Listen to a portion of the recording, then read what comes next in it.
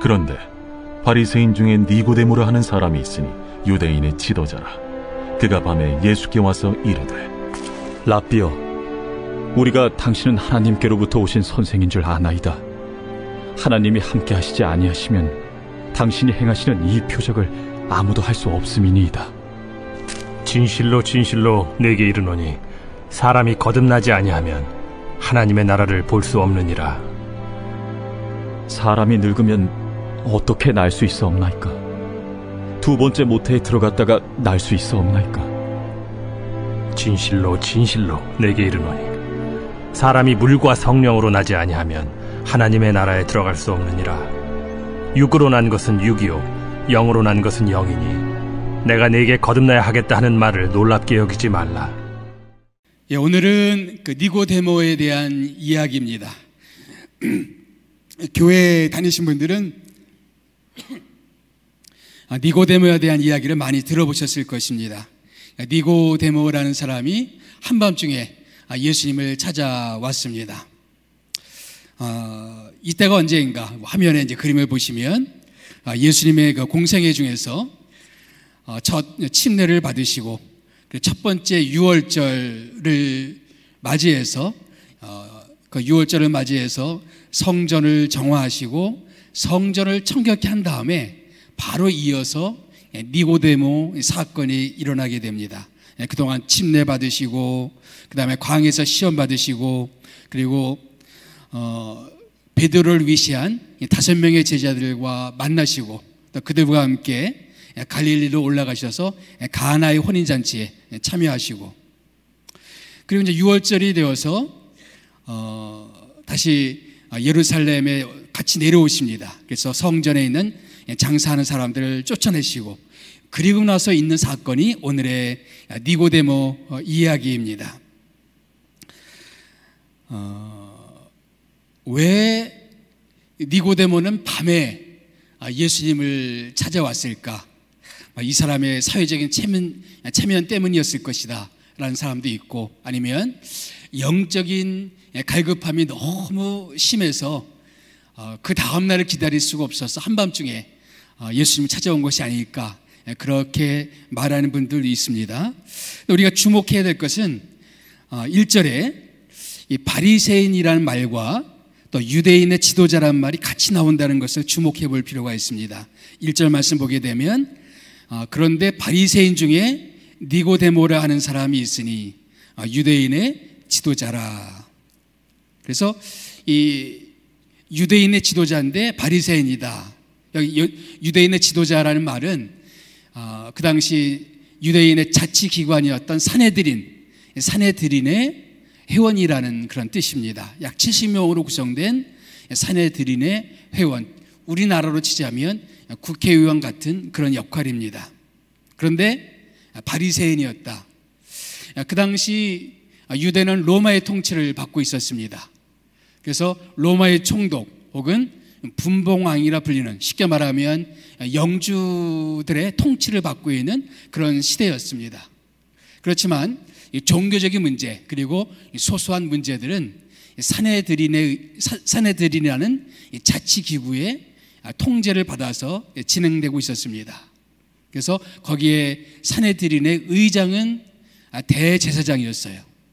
그리고 사두개인들과 바리새인들로 구성된 멤버들이 함께 토의를 합니다. 그래서 제사장 입장을 지지하는 분파가 사두개파고 또 제사장을 견제하는 입장이 바리새파였습니다. 오늘날의 여당과 야당의 역할이다 생각하면 이해가 쉬울 것입니다. 이 당시에 바리새파와 사두개파는 사사건건 대립하고 있었습니다. 사실 로마 통치를 받기 전에 유대 국가는 약 100년 동안 독립국가를 이룬 적이 있었습니다. 그래서 로마 통치 받기 직전에 무슨 사건이 있었냐면은 사두개파 사람들에 의해서 바리새파 사람들의 800명이 살육을 당하는 끔찍한 사건이 있었어요. 이때 바리새파와 이 사두개인들은 돌아올 수 없는 강을 건넜습니다. 서로 간에 화해할 수 없는 강을 건너버린 거예요.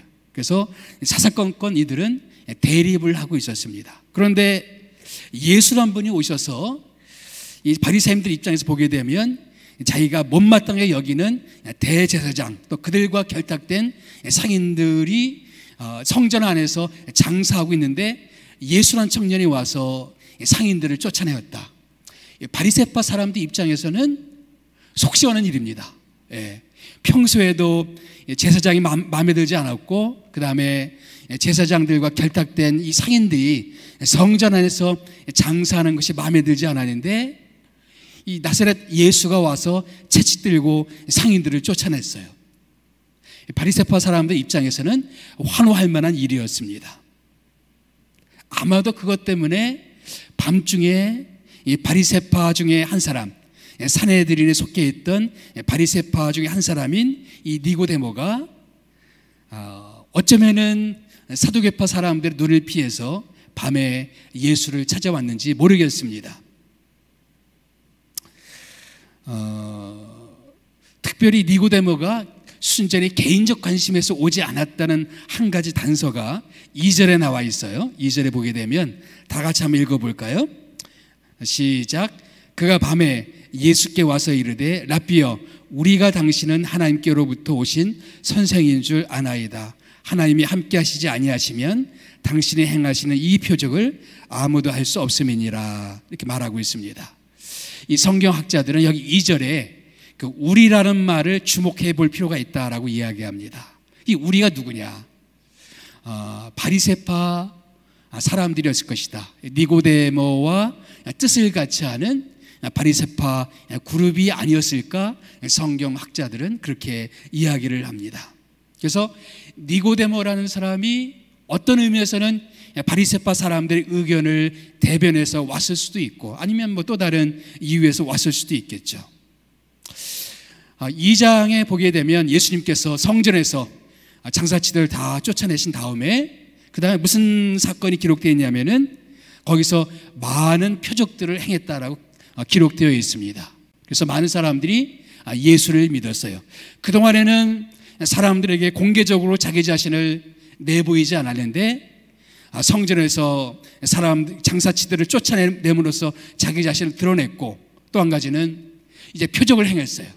그래서 사람들의 예수님에 대해서 관심을 갖기 시작했고, 거기 보면은 예수님을 믿었더라, 예수님을 믿는 사람들도 있었다라고 말하고 있습니다.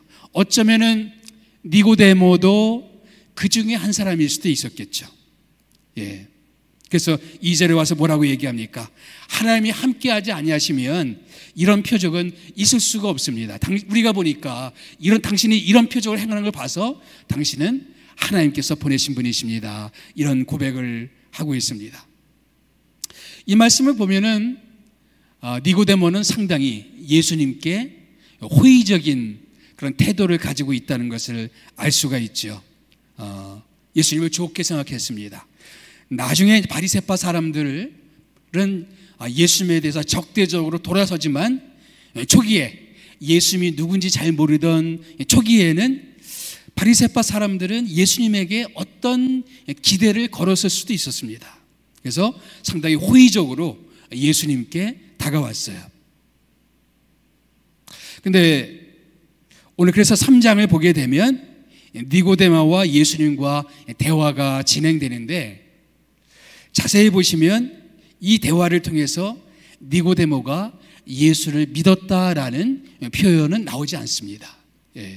그리고 나중에 또 니고데모에 대한 기록이 한 2번 정도 더 나옵니다. 한 번은 바리새파 사람들이 일제히 예수를 비난할 때에 그래도 예수님 입장에서 예수님을 니고데모가 변호하는 장면이 나와요. 그리고 마지막에 예수님이 돌아가셨을 때 예수님을 위해서 향품을 제공하는 니고데모의 모습이 나옵니다. 그렇지만 어디에도 니고데모가 예수를 믿었다라는 단적인 표현은 나오지가 않습니다. 폴리앙이라는 주석가는 그래서 니고데모를 가리켜서 경계선에 있는 인물, 경계선에 있는 인물이라고 표현했습니다. 그래서 오늘 말씀 제목이 경계선에 있는 당신에게 그렇게 편 겁니다. 폴리앙은 경계선에 있는 인물이라고 니고데모를 표현했어요. 또 페먼트라는 성경 주석가는 헌신하지 못하는 관찰자라고 표현을 했습니다. 예수님께 호의를 가졌지만 결국에는 믿음까지는 가지 못하는 한 사람, 관심은 있지만 결단을 내리지 못하는 사람, 우리는 그런 사람을 경계선에 있는 사람이다 라고 말합니다. 예수님에 대해서 호의가 있어요, 관심이 있어요, 와서 찾아오기까지 했어요. 그럼에도 불구하고 결정적으로 예수님을 믿는 믿음에까지는 이르지 못하는 사람들, 이런 사람들은 다 경계선에 있는 사람들이다 라고 말할 수가 있을 것입니다. 오늘날에도 이런 경계선에 있는 사람들이 있습니다. 기독교에 대해서 상당히 호의적이고, 어떤 의미에서는 성경 말씀에 대해서도 상당히 관심이 있어요. 알고 싶어하는 마음도 있고, 어떤 의미에서는 구도자의 마음을 가진 사람들도 주변에 꽤 많이 있습니다. 또 특별히 지성인 가운데도 그런 분들이 꽤 많이 있어요. 오늘 니고데모를 보게 되면 어떤 의미에서는 이 니고데모는 당대의 이름난 그런 지성인이었는지 모르겠습니다. 그 한 단서가 10절 말씀에 보면, 너는 이스라엘의 선생으로서 이러한 것들을 알지 못하느냐 이렇게 되어 있는데, 원문 헬라어로 보게 되면 선생이 그냥 선생이 아니에요. 정관사가 붙어 있어요. 그 선생이라고 되어 있습니다. 다시 말하면 누구나 다 아는 그 선생, 당신은 바로 누구나 다 아는 그 선생이지 않느냐. 그러니까 당대에 이름이 있는 랍비였습니다. 사람들에게 알려진 그런 지성인이었어요. 그리고 상당히 개방적인 인물이다라고도 말할 수도 있겠죠. 왜냐하면 동료 바리새파 사람들이 일제히 다 예수를 비난할 때에도 그래도 예수를 위해서 옹호하고 그리고 변호하는 모습을 보게 되면 그냥 시위에 그냥 편승하지 않는, 그래도 열린 마음을 가지고 있는 그런 사람이다라고 말할 수도 있겠습니다. 예수님이 돌아가셨을 때 기꺼이 그를 위해서 향품을 제공할 수 있는, 예수를 죽이는 이 살벌한 분위기 속에서도 그래도 자기의 도리를 다하는, 어떻게 보면 인품도 참 훌륭하고 그리고 도덕적인 그런 인물이라고 말할 수가 있겠습니다. 이런 사람이지만 그럼에도 불구하고 결국은 예수님에 대한 믿음까지는 나오지 못하는 한 인물, 니고데모. 이 사람은 경계선에 있는 사람이었습니다. 그리고 어쩌면 당신도, 어쩌면은 여러분들도 이런 경계선에 서 있는지 모르겠어요. 이런 경계선에 있는 분들에게 오늘 말씀은 세 가지 중요한 레슨을 줍니다. 첫 번째 레슨, 신앙은 호의가 아니라 거듭남이라는 것을 기억할 필요가 있다는 것입니다. 신앙은 호의가 아니라 거듭남의 문제다. 자, 우리가 말씀드렸듯이 니고데모는 예수님께 호의를 보였습니다. 상당히 호의적으로 예수님께 접근했어요. 하나님이 함께하지 아니하시면 이런 기적은 일어날 수 없습니다. 우리가 보기에 당신은 하나님이 보내신 분입니다. 상당히 호의적이었고 열린 태도였어요. 그런데 이 말을 듣자마자 예수님이 뭐라고 말씀하십니까? 3절에 다 같이 시작. 진실로 진실로 내게 이르노니 사람이 거듭나지 아니하면 하나님 나라를 볼 수 없느니라. 호의적으로 다가오는 인물에게 단적으로 너는 거듭나지 아니하면 하나님 나라에 들어갈 수 없다라고 말합니다. 여기 거듭난다는 말은 헬라어로 아노텐이라는 말인데, 다른 말로는 위로부터 태어난다라는 뜻입니다. 위로부터 태어난다. 여러분, 니고데모가 와서 무슨 말을 했어요? 우리가 보니까 당신이 행하는 기적을 보니까 당신의 기적은 하나님께서 함께 하지 않으면 할 수 없는 겁니다. 그러므로 당신은 위로부터, 하나님으로부터 오신 분인 줄 우리가 알겠습니다 라고 말했죠. 그러니까 예수님 뭐라고 했어요? 위로부터 오는 표적이 중요한 것이 아니라 뭐가 중요하다? 위로부터 오는 출생이 중요하다. 그 얘기를 하시는 거예요. 그래서 니고데모가 위를 얘기하니까, 하늘을 얘기하니까, 하나님을 얘기하니까 그 위로부터 오는 어떤 표적, 그런 표적보다 더 중요한 것이 있다. 그것이 가리키는 바, 인자, 예수를 믿음으로 말미암아 일어나는 영적인 출생, 영적인 새로운 출발이 필요한 것이다. 거듭남이란 그런 거예요. 위로부터 오는 출생, 다시 말하면 하나님으로 말미암는 새로운 변화를 이야기하고 있습니다. 다시 말하면 그런 표적을 보고 호의를 갖는 것 정도로 끝나면 안 된다는 거예요. 분명하게 그 예수를 통해서 변화를 받고, 예수를 통해서 거듭남을 체험하고, 그 예수를 통해서 새로운 출생을 경험하고, 그 예수를 통해서 변화를 경험해야 된다, 그런 이야기입니다. 오늘날 기독교에 대해서, 교회에 대해서, 복음에 대해서 호의를 가진 사람들은 꽤 많이 있습니다. 또 오늘 니고데모처럼 이 기독교에 대해 어떤 도움을 줄 수도 있어요. 이 사람이 그 돌아가신 예수님을 위해서 향품을 제공했듯이 어떤 면에서 어떤 도움을 교회에 줄 수도 있고 기독교에 줄 수도 있어요. 또 모두가 다 예수를 비난한 그때 예수를 변호했던 것처럼 요즘에 많은 언론들이 얼마나 교회를 탓하고 있습니까? 그런 가운데 누군가가 교회를 옹호하는 기사를 쓰는 것을 보면 얼마나 반가운지 모르겠어요. 그런데 어떤 분들은 그렇게 교회에 대해서 여전히 열린 마음으로, 개방적인 태도로 이렇게 나오는 사람들도 있습니다. 그렇지만 예수님이 뭐라고 말씀합니까? 신앙은 호의의 문제가 아니라 거듭남의 문제라는 것을 말씀하고 있습니다. 예수님은 니고데모에게 말씀합니다. 내가 거듭나야 하겠다. 이게 얼마나 중요한지 3번이나 반복하죠. 우리 3절에서도 그렇게 말씀하셨고 5절에 보면 뭐라고 되어 있습니까? 사람이 물과 성령으로 나지 아니하면 하나님 나라에 들어갈 수 없느니라. 7절에도 있죠. 내가 네게 뭐 해야? 거듭나야 하겠다 하는 말을 놀랍게 여기지 말라. 이 사람들은 거듭난다는 말을 많이 씁니다. 맨날 교도소를 들락거리던 사람이 어느 날 삶을 바꿔서 건실하게 생활하는 것을 보면 사람들이 그렇게 말하죠. 저 사람이 거듭났어, 그렇게 말하지 않습니까? 우리 사회 속에서도 뭔가 사람이 급격한 변화가 일어나게 되면 이 사람 거듭났다, 이런 표현을 많이 씁니다. 100년의 고독을 쓴 마르케스라는 사람이 그런 표현을 썼습니다. 인간은 어머니 뱃속에서 태어나는 날, 그날 한 번만 태어나는 것이 아니다. 삶은 끊임없이 인간에게 새롭게 태어나도록 요구한다. 사람이 한 번만 태어나는 게 아니라는 거죠. 우리는 끊임없이 새롭게 태어나야 된다라고 말한다는 것이죠. 그렇게 태어나는 것이 필요하다는 것이죠. 네. 그런데 예수님이 말씀하시는 거듭난다는 것은 그런 정도가 아니에요. 예. 그런 정도가 아니라 거듭남으로 말미암아 뭐를 경험해야 된다?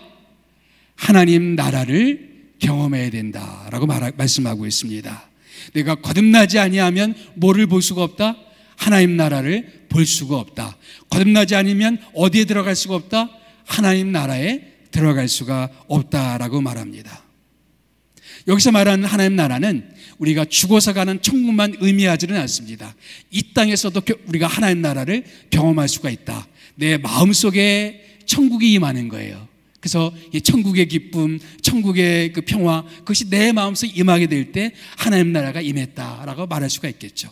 내 삶 속에서 하나님의 통치를 경험할 수가 있죠. 하나님의 손길, 하나님의 인도, 하나님의 임재를 경험할 때 우리는 하나님 나라를 경험한다, 이렇게 말할 수가 있겠습니다. 내 가정에서도, 우리 직장 속에서도, 우리 사회 속에서도 그런 하나님 나라를 경험할 수가 있습니다. 물론 우리가 죽어서 영원한 하나님 나라를 또 경험할 수가 있겠죠. 그런데 누가 이것을 경험하지 못해요? 우리가 거듭나지 못하면 하나님 나라를 경험할 수가 없다. 이 나라는 오직 예수님을 통해서 거듭난 사람들만 경험할 수 있는 그런 나라다라는 것입니다. 내가 정말 고통스러운데 일반적인 사람들은 이해할 수 없는 어떤 기쁨이 내 마음속에 있어요. 예. 이거를 어떻게 설명해 좋을지 모르겠어요. 내 주변 상황을 보면 참 암울하고 주변 사람들 보면 다 실망스럽고 모든 게 다 그런데 이상하게 내 마음속에 설명할 수 없는 어떤 평안함, 설명할 수 없는 어떤 기쁨이 있습니다. 그런 게 바로 하나님 나라의 임재죠. 에드워드 모트라는 사람이 있었습니다. 37살 된 어떤 목수였을 때 이 사람은 늘 삶이 불평스러웠어요. 왜 하필 우리 어머니 아버지는 그렇게 가난해서 내가 이런 일이나 하면서 살아가도록 이렇게 하셨나. 가족이 원망스럽고 부모님이 원망스럽고 그러던 사람이었습니다. 그래서 늘 열등의식과 삶에 대한 비관과 우울증으로 이렇게 고생하던 사람이었습니다. 또 어느 날 이 사람이 런던의 어느 거리를 지나가다가 교회에서 들려오는 어떤 찬송 소리를 듣고 교회에 들어갑니다. 예배가 진행되고 있는데 가만히 그 설교 말씀 들어보니까 마침 우리가 오늘 읽은 요한복음 3장의 이 본문 말씀을 설교하는 말씀을 들었습니다. 그러면서 거듭나야 한다 이 말씀을 통해서 그래 내 삶 가운데 정말 거듭남이 필요하다 하면서 예수님을 영접했습니다. 그러면서 그가 그 일기 속에 이렇게 기록하고 있어요. 이제 내 망치는 노래하기 시작했다. 내 망치가 이제 춤을 춘다. 그리고 내 눈동자는 생기가 돌고 내 마음속에는 생수가 솟는다. 예수께서 내 마음에 오셨기 때문이다. 나는 거듭났다. 이런 일기를 자기 일기장에다 기록했습니다. 예수 만나가 보니까 그렇게 한탄스러웠던 망치질이 즐겁기 시작했어요. 그래서 망치가 춤을 춘다, 망치가 노래한다 그렇게 말하면서 즐겁게 일을 하면서 그렇게 하다 보니까 직장에서 승승장구했어요. 나중에는 자기가 이러던 목공소를 다 자기가 인수하게 되었고 사장이 되었고 더 나아가서는 사업이 계속 확장되는 겁니다. 55세가 되던 해에 그는 자기 전 재산을 다 주님께 헌납을 하고 목회를 하기 위해서 신학교에 들어갑니다. 나중에 이 사람이 첫 목회를 시작할 때 지은 찬송이 있어요. 그게 뭐냐면은 그 유명한 이 몸의 소망 무엇인가 주 예수뿐이다라는 이 찬양, 바로 이 사람의 고백이었어요. 네. 늘 삶이 비관스럽고 우울하고 늘 원망과 불평이 가득했던 이 사람. 그런데 예수 만나고 나니까 내 망치가 춤을 춘다, 내 망치가 노래한다 하면서 삶을 즐겁게 살아가게 된 이 사람의 이 변화. 이것은 단지 기독교의 호의만 가진 사람은 결코 경험할 수 없는 하나님의 나라입니다. 우리가 거듭남으로 말미암아 예수 안에서 경험할 수 있는 하나님의 세계예요. 설명할 수 없는 어떤 기쁨, 설명할 수 없는 하나님의 어떤 임재, 그런 것이 내 마음속에 있어요. 네. 때로 예수 믿어도 우리 삶은 힘들 수가 있습니다. 나를 괴롭히는 사람도 있고 직장일이 참 어려울 수가 있고 가정사에 이런저런 일들이 참 힘들 수가 있습니다. 그럼에도 불구하고 그 예수가 내 마음속에 들어오면 내 마음이 천국으로 변하는 거예요. 그 예수를 모시고 사는 사람들이 관계를 시작하면 그 관계 속에 주님의 평화, 주님의 은혜가 넘치기 시작하는 것입니다. 그런 하나님의 나라. 기독교는 단지 예수님에 대한 어떤 호의, 어떤 관심, 어떤 기대를 가지고 접근하는 그 정도가 아니라 신앙이란 바로 그 예수를 통해서 우리 거듭나고 하나님 나라를 경험하는 것, 신앙은 바로 그런 것이다라는 것입니다. 두 번째, 우리가 경계선에 있다면 두 번째 우리가 기억해야 될 레슨이 뭐냐면은 신앙은 우리의 이해를 넘어선 영적인 경험이다라는 것입니다. 우리의 이해를 넘어서는 영적인 경험이다. 사실 니고데모는 이해하기가 참 어려웠습니다. 예수님이 거듭나야 한다 이 말씀을 하셨는데 사실 이 사람은 유명한 율법학자 아닙니까? 성경학자였어요. 네. 그래도 예수님이 하신 말씀을 이해하기가 어려웠습니다. 그래서 예수님이 뭐라고 하십니까? 내가 그 유명한 선생이 되어서도 이걸 알지 못하느냐라고 말할 정도로 이 사람은 예수님의 말씀을 제대로 깨달아지지가 않았습니다. 여러분, 우리가 예수 믿고 나서 경험하는 게 뭐냐면 우리가 예수 안에서 깨달은 이 진리, 그래서 어린아이라도 깨닫는 이 진리를 가지고 누군가에게 설명하는데 때로는 사회적으로 유명하고 공부도 많이 한 분들이 이게 깨달아지지가 않는 거예요. 이게 영적인 신비예요. 신앙의 세계 속에는 이런 우리가 이해할 수 없는 영적인 어떤 경험이 있다는 겁니다. 예수님은 이 사람을 깨우치기 위해서 두 가지 예를 듭니다. 한 가지는 바람이에요. 바람. 사실 오늘 요한복음 3장에 보게 되면 영이라는 말도 나오고 바람이란 말도 나오죠. 근데 사실은 헬라어에서는 같은 단어입니다. 푸뉴마, 이게 바람이란 뜻도 되고 영이란 뜻도 됩니다. 그래서 바람이 불면 바람이 보이느냐 안 보이느냐? 안 보인다. 그래도 낙엽이 흔들리면 바람이 부는구나, 이렇게 우리가 알 수 있지 않겠느냐. 이 영적으로 거듭나는 문제도 그렇다. 거듭나는 게 눈으로 보여질 수 있는 게 아니지만 그러나 분명하게 일어나는 영적인 사실이고 영적인 실제다, 이런 말씀을 하는 겁니다. 많은 오늘날의 지성인들이 예수님께 관심은 있고 호의가 있지만 그러나 믿음까지 나오지 못하는 이유가 뭐냐면은 이해가 안 된다는 겁니다. 신앙 세계에 들어와 있는 사람들의 행태도 이해가 안 가고 예수님의 말씀도 잘 깨달아지지 않고 이해가 안 된다는 거예요. 그런데 분명하게 신앙은 이해의 문제를 넘어서는 어떤 실제가 있습니다. 우리 이성으로는 다 설명할 수 없는 어떤 영역이 있어요. 우리의 두뇌로는 도무지 깨달아질 수 없는 어떤 영적인 실제가 있습니다. 여러분, 만약 하나님이 우리 이성의 테두리 안에 담길 수 있는 하나님이라면 그 하나님은 초월적인 하나님이 아닐 겁니다. 우리의 이성의 한계 내에 갇힐 수밖에 없는 하나님일 거예요. 그러나 하나님은 우리 이성을 뛰어넘는 분이십니다. 거듭남은 눈에 보여질 수 있는 어떤 건 아니에요. 어떤 공식이 아닙니다. 자꾸 어떤 이단들은 거듭나는 것도 어떤 공식을 만들려고 하는데 거듭나는 문제는 어떤 공식의 문제도 아니에요. 그렇지만 바람이 불면 낙엽이 흔들리는 걸 통해서 바람이 부는구나, 분명히 바람의 존재를 우리가 확인하듯이 어떤 사람의 삶 속에 분명히 일어나는 성령의 바람이 있어요. 성령을 통해서 변화되는 어떤 모습들이 있습니다. 성령에 흔들리는 어떤 모습들이 있어요. 마음이 변화되고 태도가 바뀌고 표정이 달라지고, 그래서 이해할 수는 없지만 설명할 수 없지만 분명히 일어나는 어떤 영적인 실제, 이런 게 있다는 것이죠. 그래서 이 거듭남이란 이해를 넘어서는 겁니다. 그 영적인 실제입니다. 그래서 예수님이 이 거듭나는 게 어떻게 되어지느냐, 물과 성령으로 거듭난다.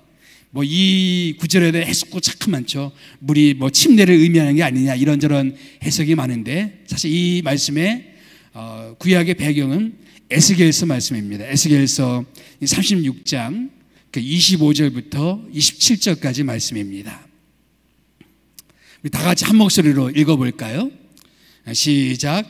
맑은 물을 너희에게 뿌려서 너희로 정결하게 하되 곧 너희 모든 더러운 것에서와 모든 우상 숭배에서 너희를 정결하게 할 것이며 또 새 영을 너희 속에 두고 새 마음을 너희에게 주되 너희 육신에서 굳은 마음을 제거하고 부드러운 마음을 줄 것이며 또 내 영을 너희 속에 두어 너희로 내 율례를 행하게 하리니 너희가 내 규례를 지켜 행할지나. 이스라엘 백성들의 어떤 우상 숭배 범죄로 인해서 더러워진 마음, 물로 깨끗이 씻듯이 하나님이 뭐를 부어주신다?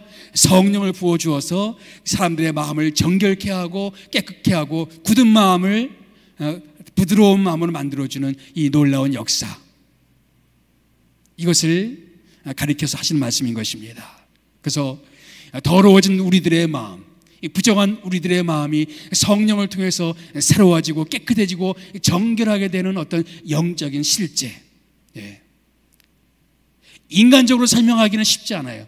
우리에게 일어나는 이런 성령을 통한 이 변화의 역사, 또 예수 그리스도의 보혈을 통해서 이루어지는 이런 정결의 역사를 인간적으로 설명하기는 어렵습니다. 그러나 그 예수 안에서 우리 죄가 용서되고, 그 예수 안에서 내가 깨끗해지고, 그 예수 안에서 우리가 죄사함을 받고, 그 예수 안에서 우리가 변화되는 이 영적인 실제, 눈으로 보여질 수 있는 건 아니고, 우리가 말로 설명할 수 있는 건 아니지만 우리에게 일어나는 분명한 영적인 실제에 있는 것입니다.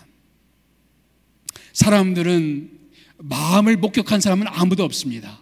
그러니까 누구도 부정하지 않는 것은 누구 마음이 있다라는 것을 부정하지 않습니다. 거듭남, 눈에 보이는 어떤 건 아닙니다. 그럼에도 불구하고 분명히 일어나는 영적인 사건이에요. 이 거듭남을 분명히 경험한 사람이 있고 이것을 경험하지 못한 사람이 있습니다. 그래서 이 바람을 들어서 니고데모에게 거듭남을 설명하셨고, 또 한 가지 예를 든 게 광야의 놋뱀을 예를 들어서 설명하십니다. 이스라엘 백성들이 광야를 지날 때에 불평이 많았죠. 맨날 먹을 게 없다, 마실 것이 없다. 그래서 하나님이 이스라엘 백성들에게 만나를 내려주시죠. 그래서 조금 지나니까 또 불평을 해요. 우리는 이 음식을 싫어한다, 이 박한 음식을 싫어한다 하면서 또 불평을 합니다. 하나님이 화가 나셨어요. 그래서 불뱀을 보냈습니다. 불뱀 물려서 사람들이 죽어가요. 그리고 또 사람들이 모세를 찾아와서 하나님께 기도해달라고 요청합니다. 기도하니까 하나님이 그러면 놋뱀을 만들어서 장대 위에 걸어라. 그리고 누구든지 그 놋뱀을 보게 되면 모든 게 다 나을 것이다 말씀을 했습니다. 그래서 그 놋뱀을 바라보는 자는 치료될 것이다. 어떤 사람들은 그 처방을 우습게 여기겠죠. 어떻게 놋뱀을 쳐다본다고 사람이 낫느냐. 그러나 어떤 사람들은 놋뱀을 쳐다보고 병이 나았습니다. 이걸 어떻게 설명하겠어요? 놋뱀을 쳐다본다고 사람이 나? 그래서 예수님이 덧붙여 하시는 얘기가 뭡니까? 14절, 15절 말씀 다 같이 시작. 모세가 광야에서 뱀을 든 것 같이 누구도 들려야 하리니 인자도 들려야 하리니 이는 그를 믿는 자마다 영생을 얻게 하려 하심이라. 광야에서 뱀을 보면 나은 것 같이 누구든지 예수를 믿으면 영생을 얻게 된다. 사람들이 아니 어떻게 예수 믿는다고 영생을 얻어? 그 너무 쉬운 거 아닌가? 너무 간단한 거 아닌가? 그래도 착한 일도 많이 하고 공덕을 많이 쌓았고 구제도 많이 하고 선행도 하고 이런저런 걸 많이 해야 죄가 용서받는 게 아닌가? 어떻게 예수 믿는다고 구원받을 수 있나? 이렇게 말하는 사람도 있어요. 그러니까 인간의 이성으로는 혹은 인간의 종교심으로는 이해할 수 없는 어떤 영역들이 있습니다. 그럼에도 불구하고 우리가 예수 믿으면 경험하는 그런 세계가 있어요. 신기하죠. 그냥 예수를 믿기만 한 것인데, 예수를 내 마음 가운데 받아들이기만 한 것인데, 그 예수를 내 인생 가운데 받아들이게 되니까 내 삶 가운데 일어나는 어떤 영적인 변화가 있는 겁니다. 거듭남의 역사가 있는 거예요. 영생을 소유하는 이 사건들이 있는 것입니다. 지금 예수님은 그 설명을 하고 있는 거예요. 광야에서 사람들이 놋뱀을 쳐다보라고 했을 때 사람들이 쉽게 이해할 수 있는 문제는 아니었죠. 그럼에도 불구하고 놋뱀을 쳐다본 사람은 다 나았듯이 인자도 들려야 하리니. 그러면서 여기서 들려야 한다는 말이 뭐를 염두에 둔 것일까요? 예수님의 십자가. 언젠가 인자가 예수님이 저 십자가에 달려서 그렇게 놋뱀처럼 사람들이 쳐다보는 그렇게 들리게 되는 그런 일들이 있을 터인데, 그 예수를 믿는 사람들은 영생을 얻고 치유를 경험하고 하나님의 은혜를 경험하게 될 것이다. 설명할 수 없지만, 이해할 수 없지만 우리 인생 가운데 일어날 수 있는 영적인 변화인 것입니다. 그런데 이 말씀을 가만히 보게 되면 이런 영적인 변화가 우리 가운데 일어나기 위해서, 우리는 그게 너무 쉽게 일어나는 것 같지만 이런 변화가 일어나기 위해서 누군가는 갑집을 했다는 거예요. 그게 중요해요. 누군가는 갑집을 했어요. 14절 15절에 인자도 들려야 하리니, 누구예요? 예수님이시죠. 들린다는 말이 뭐라고요? 십자가에서 죽으시는 거. 내가 예수 믿어서 영생을 얻는 것이 그냥 되어진 게 아니란 겁니다. 우리에게는 이것이 은혜로 되어진 것이지만 이 은혜가 우리에게 은혜 되기 위해서 누군가는 값을 치르셨어요. 누구죠? 예수님. 예수님 바로 우리를 위해서 십자가에서 죽으셨습니다. 희생당하셨어요. 예수님뿐만이 아닙니다. 16절 말씀, 그 유명한 성경 구절 다 같이 읽어봅시다. 시작. 하나님이 세상을 이처럼 사랑하사 독생자를 주셨으니 이는 그를 믿는 자마다 멸망하지 않고 영생을 얻게 하려 하심이라. 아주 유명한 성경 구절이죠. 이 구절이 누구와의 대화 속에 나왔다? 니고데모와의 대화 속에서 이 구절이 나온 겁니다. 근데 이 말씀을 보니까 하나님은 어떤 값을 치르셨어요? 자기의 독생자 하나밖에 없는 아들을 이 땅 가운데 보내셨습니다. 독생자를 주셨으니, 주셨다는 게 무슨 뜻입니까? 바로 이 예수님을 보내셔서 십자가의 죽음을 당하게 하셨다는 뜻입니다. 예. 하나님도 우리를 위해서 갑집을 하셨어요.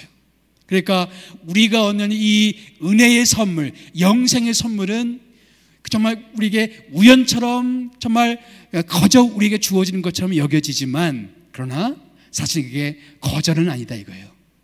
누군가가 갑집을 했는데 그분이 누구예요? 예수님이 갑집을 하셨고 하나님이 갑집을 하셨습니다.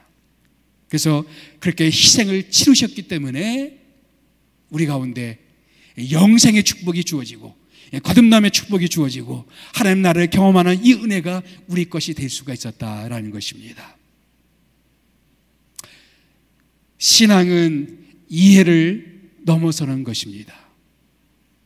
계속 머리로 신앙적인 부분을 따진 사람들은 결국은 우리가 경험하는 이 영적인 세계, 영적인 실제를 맛보지 못해요.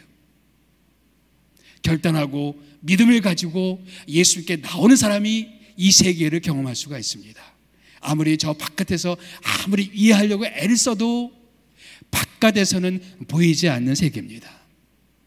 그는 예수 안에 들어와야만 맛볼 수 있는 하나님의 나라, 예수 안에 들어와야만 가질 수 있는 영생의 선물인 것입니다. 세 번째, 당신이 경계선에 있다면 기억해야 될 세 번째는 뭐냐면, 신앙은 취사 선택의 문제가 아니라 운명의 문제다라는 것을 기억할 필요가 있습니다. 신앙은 취사 선택의 문제가 아니라 무슨 문제? 운명의 문제라는 것을 기억할 필요가 있다. 사실 신앙을 가질 것인가 하는 것은 많은 것을 고민하게 만듭니다. 내가 예수를 믿으면 주변 사람들은 나를 어떻게 볼 것인가? 내 직장 동료들은 나를 어떻게 쳐다볼 것인가? 요즘같이 기독교에 대해서 안 좋게 보는 이런 시대 속에 내가 예수 믿는다, 교회 다닌다 그러면 사람들이 나를 어떻게 볼 것인가? 요즘에 학교에 100명의 학생이 있으면 크리스찬 숫자는 한 2, 3명이라고 그래요. 주변 뺑 둘러봐도 다 교회 안 다니는 친구들이에요. 그런 가운데 내가 교회 다닌다 이렇게 하면은 사람들은 나는 어떻게 볼 것인가? 많은 사람들이 우려하고 걱정하고 염려할 수가 있습니다. 그래서 신앙을 가질 것인가 갖지 말아야 될 것인가 고민할 수가 있죠. 예. 근데 여러분 꼭 기억해야 될 한 가지가 있어요. 그게 뭐냐면 기독교 신앙은 취사 선택의 문제가 아니라는 거예요. 운명의 문제라는 겁니다. 여기 아까 3장 16절 말씀 다시 읽어보세요. 하나님이 세상을 이처럼 사랑하사 독생자를 주셨으니 이는 그를 믿는 자마다 뭐하지 않고 멸망하지 않고 영생을 얻게 하려 하심이라. 믿는 자마다 멸망하지 않고 영생을 얻게 하려 합니다. 이거는 믿어도 좋고 안 믿어도 좋은 그런 문제가 아니라는 겁니다. 이거는 영원히 멸망할 수 있느냐 영생할 수 있느냐 이런 문제라는 거예요. 이 다음 구절에도 그 구절이 있죠. 17절 시작. 하나님이 그 아들을 세상에 보내신 것은 세상을 심판하려 하심이 아니요 그로 말미암아 세상이 구원을 받게 하려 하심이라. 심판이 있다는 겁니다. 심판이. 그러니까 예수 믿으면 좋고 안 믿으면 할 수 없고 이런 문제가 아니라 분명히 있는 심판의 문제가 있는데 이 문제를 어떻게 할 것이냐 하는 거예요. 히브리서에도 그런 말씀이 있습니다. 한 번 죽는 것은 사람에게 정하신 것이요 그 후에는 심판이 있으리니. 만약 심판이 있다는 게 확실하다면 신앙을 갖는 문제는 가볍게 여길 문제가 아닙니다. 이 3장의 맨 마지막 구절도 같은 메시지죠. 3장 36절 말씀. 아들을 믿는 자에게는 영생이 있고 아들에게 순종하지 아니하는 자는 영생을 보지 못하고 도리어 뭐가 있다? 하나님의 진노가 그 위에 머물러 있느니라. 영생이 있고 진노도 나옵니다. 삶과 죽음의 문제입니다. 영생과 영벌의 문제예요. 중세를 넘어서 근대에 들어와서 사람들이 자꾸 기억에서 떨쳐내려고 하는 게 뭐냐면 이 지옥에 대한 것입니다. 이 지옥이라는 것은 그냥 고대에 지어낸 이야기 정도로 자꾸 치부하려고 합니다. 그런데 여러분, 누구보다도 이 지옥에 대해서 많이 말씀하신 분이 예수님이세요. 예수님의 메시지를 보게 되면 예수님 말씀 중에 약 15%는 이 지옥에 대한 메시지였어요. 그거 아셨어요? 예수님이 하신 이 비유 중에 3분의 2는 직간접적으로 지옥에 관련된 그런 비유였습니다. 예수님은 지옥을 가리켜서 바깥 어두운 곳, 이를 가며 통곡하는 곳, 진노의 불꽃이 타오르는 곳, 그렇게 지옥을 리얼하게 설명하셨습니다. 신앙은 천국과 지옥의 문제입니다. 지옥 같은 게 없어요. 아무리 떠든다고 해서 그렇게 떠든다고 없어지는 문제가 아니에요. 내가 지옥을 부정한다고 이 지옥이 없어지는 문제가 아닙니다. 코로나 시대를 경험하면서 저는 까미가 쓴 페스트라는 소설을 다시 한번 읽어보았습니다. 읽으면서 참 느끼는 게 뭐냐면 그때나 지금이나 참 비슷하다, 그런 느낌을 참 많이 가졌습니다. 그러면서 거기에 몇 구절이 제 마음에 많이 다가왔어요. 제가 쭉 우리 화면에 다 기록하지는 않았지만 읽으면서 설명해 볼게요. 천재란 흔히 있는 일이지만, 여기서 천재는 뭐냐면 패스트 같은 그런 재앙을 말하고 있습니다. 이런 천재는 흔히 있는 일은 아니지만 그것이 우리 머리 위에 떨어졌을 때는 믿기 어려운 것이 된다. 이 세상에는 전쟁만큼이나 패스트가 흔했다. 그러면서 패스트나 전쟁이 터졌을 때 사람들은 언제나 속수무책이다. 이 패스트의 주인공 의사 류에도 모든 시민이 그랬던 것처럼 속수무책이었다. 따라서 그의 망설임도 그렇게 풀이해야 한다. 또한 그가 불안한 신념 사이에서 엉거주춤하고 있었던 것도 이해해야 할 것이다. 그러니까 패스트가 와서 의사인 그 류에라는 사람도 할 수 있는 게 없는 거예요. 도울 수 있는 게 없는, 그냥 속수무책으로 있어야만 됐었어요. 거기 계속되는 대목에 전쟁이 발발하면 사람들은 이렇게 말한다. 오래 가지는 않겠지. 너무나 어리석은 일이니까. 요즘 우리 심정 같지 않습니까? 이거 오래 가지 않겠지 했는데 벌써 이게 1년이 지나고 우리가 올해 안에 끝났으면 좋겠다. 요즘에는 그런 마음이죠. 오래 가지 않겠지. 왜? 이런 일은 너무나 어리석은 일이니까. 전쟁이라는 것도 확실히 어리석은 일일지 모르지만 그렇다고 해서 오래 계속되는데 아무런 방해도 되지 않는다. 어리석은 일은 항상 끈질기게 마련이고, 만약 사람들이 늘 자기 생각만 하지 않는다면 그 사실을 깨닫게 될 것이다. 오래 가지 않겠다라고 그렇게 믿고 싶지만 삶의 실제는 그렇지 않다는 겁니다. 우리가 어리석게 여기는 전쟁도 우리 생각하는 것보다 훨씬 더 오래 지속될 수가 있고, 코로나, 우리는 빠른 종식을 간절히 염원하지만 우리 생각보다 훨씬 늦게 종식될 수도 있겠지요. 그런 점에서 우리 시민들은 모두 모든 사람들처럼 자기 생각만 하고 있었다. 다시 말하면 그들은 휴머니스트들이었다. 즉 그들은 천재 같은 것을 믿지 않고 있었다. 천재, 이런 패스트는 인간의 힘으로 해결할 수 있는 것이 아니다. 그래서 사람들은 천재가 비현실적인 것이고 이내 지나가 버리는 악몽으로 여기고 있었다. 그러나 천재는 항상 사라져 버리지는 않는다. 악몽에서 악몽으로 계속되며 사라지는 것은 천재가 아니라 인간들 뿐이다. 특히 휴머니스트들이 맨 먼저 사라져 버린다. 왜냐하면 그들은 스스로 조심하지 않았기 때문이다. 이 코로나 때도 조심하지 않은 사람들이 먼저 감염되죠. 그런 것처럼 이 천재라는, 이 패스트라는 이 악몽 속에서 사라져 버리는 것은 이 악몽, 패스트가 아니라 인간이, 그렇게 조심하지 않는 인간이라는 거예요. 우리 시민들이 다른 사람들보다 더 조심하지 않은 것은 아니고 다만 그들은 겸손할 줄 몰랐다는 것뿐이었다. 그래서 그들은 모든 것이 자신에게는 가능하다고 생각하고 있었으며 그렇기 때문에 천재란 있을 수 없는 일이라고 단정하고 있었던 것이다.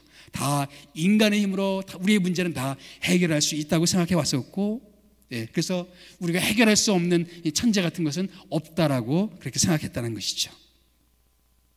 그들은 그래서 사업을 계속했고 여행을 떠날 준비를 했고 제각기 의견을 내놓았다. 미래라든가 이동이라든가 토론 같은 것들을 막아버리는 패스트를 그들이 어떻게 생각할 수 있었단 말이냐.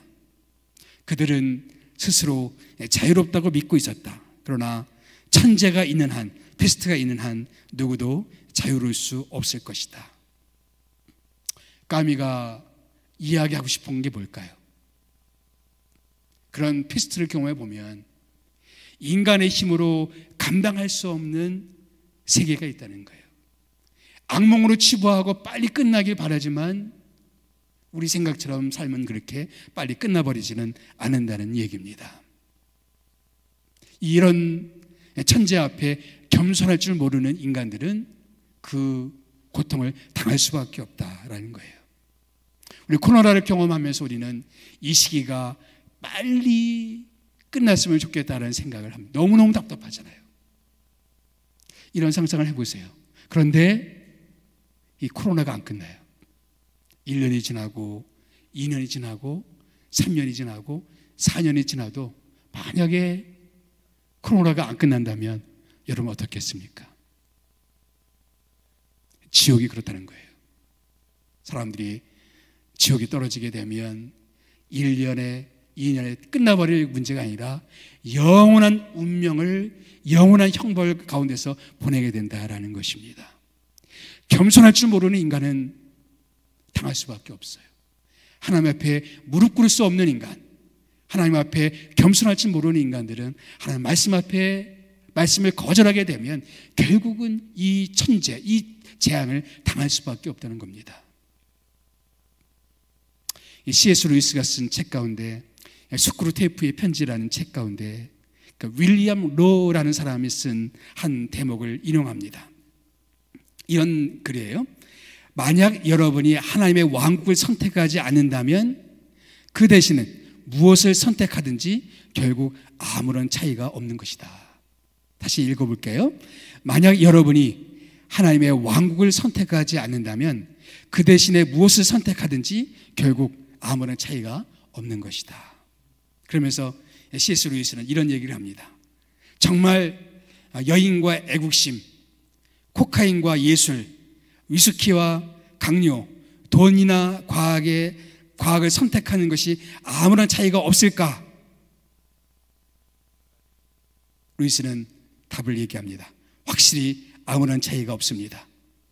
우리가 종종 자신의 창조된 목적을 잃어버리고 우리를 충족시킬 수 있는 유일한 것을 고배해 왔습니다. 사막에 죽어가는 사람에게 하나뿐인 우물을 선택하지 않는다면 그리고 나서 무엇을 선택하든지 그것은 죽음이다 라고 말합니다. 하나님 우리에게 영생의 우물 되시는 예수 그리스도를 우리에게 보내주셨습니다. 사막 같은 곳을 살아가는 우리들에게 유일한 영생의 우물 되시는 예수님을 이 땅 가운데 보내주셨어요. 인간의 자유를 발동해서 이 우물을 거절하고 그 어떤 것을 선택하든지 간에, 그래서 화려하게 인생을 살든지 사람들의 인기를 얻든지 아니면 사람들에게 많은 사랑을 받든지 뭐 특별한 재능이 있든지 아무 상관이 없어요. 이 우물을 선택하지 않는 한, 하나님 나라를 선택하지 않는 한, 이 예수를 선택하지 않는 한 아무런 차이가 없는 거예요. 부유하게 살든지 가난하게 살든지 높은 자가 되든지 낮은 자가 아무런 차이가 없는 겁니다. 사망에서 죽어가는 사람이 하나뿐인 그 우물을 거절한다면 무엇을 선택하든지 그것은 아무런 차이가 없는 것입니다. 예수님도 말씀하셨죠. 천하를 얻고도 제 목숨을 잃으면 무슨 유익이 있겠느냐. 만약에 인생 가운데 우리의 유일한 구원의 길이 되시는 하나님의 세상을 이처럼 사랑하사 독생자를 주셨으니 우리의 구원을 위해서 이 땅 가운데 오신, 그래서 광야에서 놋뱀이 들린 것처럼 인자도 들려야 하리니 우리 이 땅 가운데 십자가를 지시기 위해서 이 땅에 오신 그 예수를 거절한다면, 예수를 선택하지 않는다면 우리의 인생 가운데 무엇을 선택하든지 그 아무런 차이가 없는 겁니다. 신앙은 취사 선택의 문제가 아니라 영원한 운명에 대한 문제예요. 영원한 운명을 지옥에서 보낼지 아니면 하나님의 천국에서 보낼지를 결정 지을 수 있는 문제예요. 경계선 바깥에서 그냥 머릿속에서만 계산해야 될 그런 문제가 아니라는 것입니다. 그러기에는 이 문제는 너무나 중요하고 너무나 심각한 문제입니다. 예수님은 그래서 영생의 문제를 이야기하셨고 하나님의 진노에 대해서 이야기하셨고 영벌에 대해서 말씀하셨고 심판에 대해서 말씀하셨고 멸망에 대해서 말씀하셨습니다. 이것을 거부해버린다면 이 사람은 너무나 값진 것을 가지고 장난치는 사람입니다. 어느 사람이 배 난간에 앉아서 커다란 그런 보석을, 진주를 가지고 던졌다가 잡았다가 배 난간에서 그런 장난을 친다면 여러분의 심정은 어떻게 됩니까? 혹시 저 진주를 바닷속에 떨어뜨리면 어쩌려고 저런 장난을 치나, 그러지 않겠습니까? 근데 그렇게 장난치는 사람이 너무나 많아요. 이 중요한 운명의 문제를 가지고 계산하고 생각하고 그러다가 돌아가 버리는 수많은 경계선 바깥에 있는 사람들이 있습니다.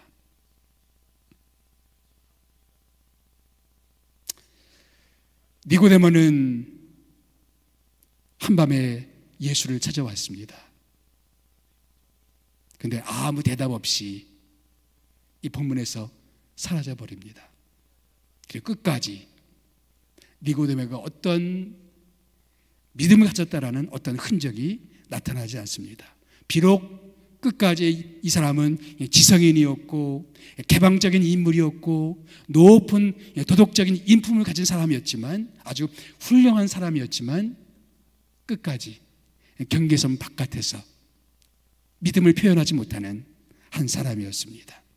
여러분은 그렇게 되지 않기를 바랍니다. 여러분은 예수를 통해서 이 거듭남을 체험하고 하나님 나라의 이 아름다움을 경험하고 예수 안에서 영생을 경험하고 주님 주시는 은혜를 경험하는 여러분 모두가 되시기를 예수님의 이름으로 축복합니다. 함께 기도하겠습니다. 하나님 아버지, 예수님께 대한 대단한 호의를 가지고 예수님께 다가왔지만 결국에 믿음에 이르지 못한 이 사람을 만납니다. 사랑하는 아버지 하나님, 이 사람뿐만 아니라 오늘날에도 그렇게 예수님께 가까이 근접해 오지만 믿음에는 이르지 못하는 너무나 많은 사람들이 있습니다. 경계선 안으로 들어오지 못하고 그 바깥에 우물쭈물거리면서 믿음까지 오지 못하는 많은 사람들을 불쌍히 여겨주시고 그들이 주의 믿음 가운데 올 수 있도록 역사하여 주옵소서. 예수님의 이름으로 기도하옵나이다. 아멘.